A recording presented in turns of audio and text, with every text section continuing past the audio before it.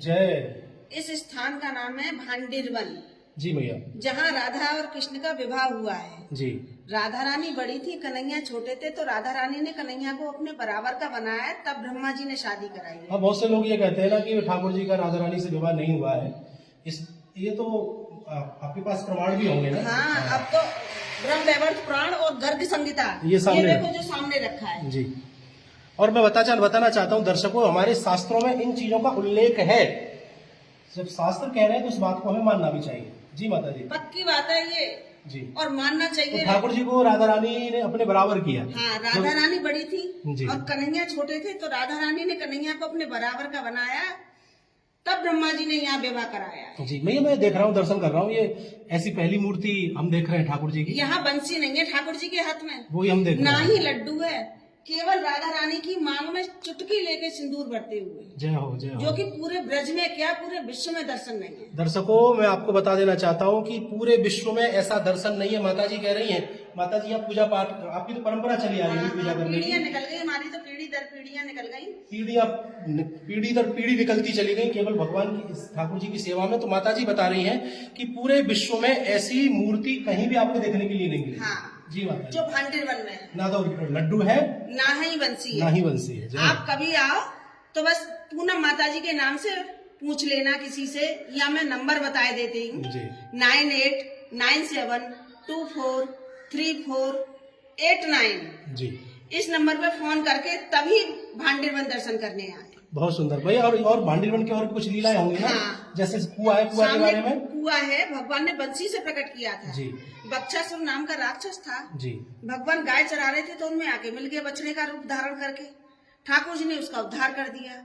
तो सब गोपवाल बोले कि तुम गौ हत्यारे हो, पापी हो, दोषी हो, तुमने गौ हत्या कर दी। कि मैं क्यों गौ हत्यारा हूँ, मैंने तो एक राक्षस का उद्धार किया है। कि था तो वो गाय के रूप में। कि अब क्या करना चाहिए कि इसके पश्चात आपके लिए सभी तीर्थों में जाओ और स्नान करके आओ। जाओ। तो पहले भांडिरवन में होके जमुना जी बहती थी। अच्छा, यहाँ से लग के जमुना जी बहती थी? हाँ। जय हो।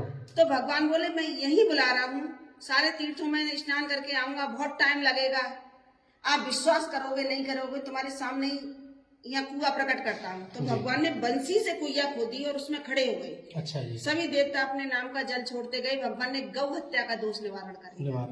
ठाकुर जी बोले मैंने गौ हत्या की, मैंने दोष निवारण कर लिया, लेकिन मुझसे ज्यादा दोषी आप हैं, क्योंकि मैंने गौ हत्या की, आपने देखी नहीं थी क्या?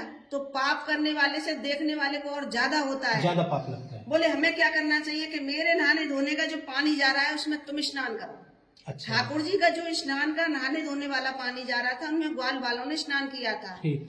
उन कुंडियों में आज ऐसी माताएं मैंने स्नान करती हैं जिनके बच्चे नहीं होते, लड़की होती हैं, गर्भ खंडित हो जाते हैं।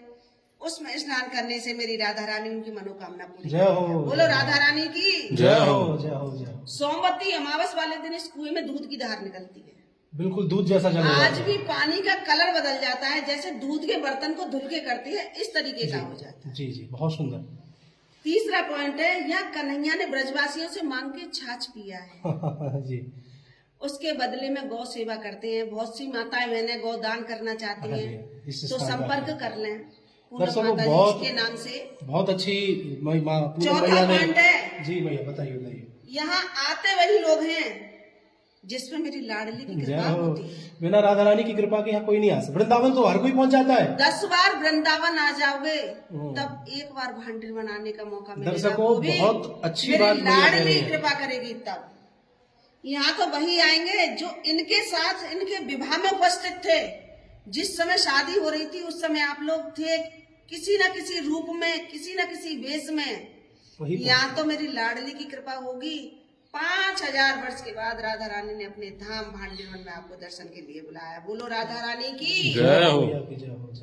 दर्शकों, ये सुंदर वीडियो बनाने का केवल एक ही हमारा मकसद था। माता ने इतनी कृपा इसलिए कर दी क्योंकि ये दास यात्रा लेकर के आता है। तो माता कहने बोली मैंने आपका चेहरा पहचाना हुआ सा लग रहा है। तो माता से चर्चा हुई और माता ने इतने सुंदर ढंग से हमें कैमरा अलाउ कर दिया कि इतने एक छोटी सी वीडियो आप लोगों तक पहुंचाए। और माता पूनम मैया के नाम से विख्यात है, अच्छे से लोग सब जानते भी हैं। कभी आओ, और कभी भी आप आइए, नंबर भी आपको दे दिया गया है। तो आपका स्वागत है, बहुत बहुत अभिनंदन है।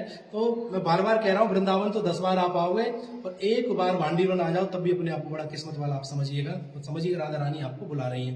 बोल वृंदावन बिहारी लाल की जय हो।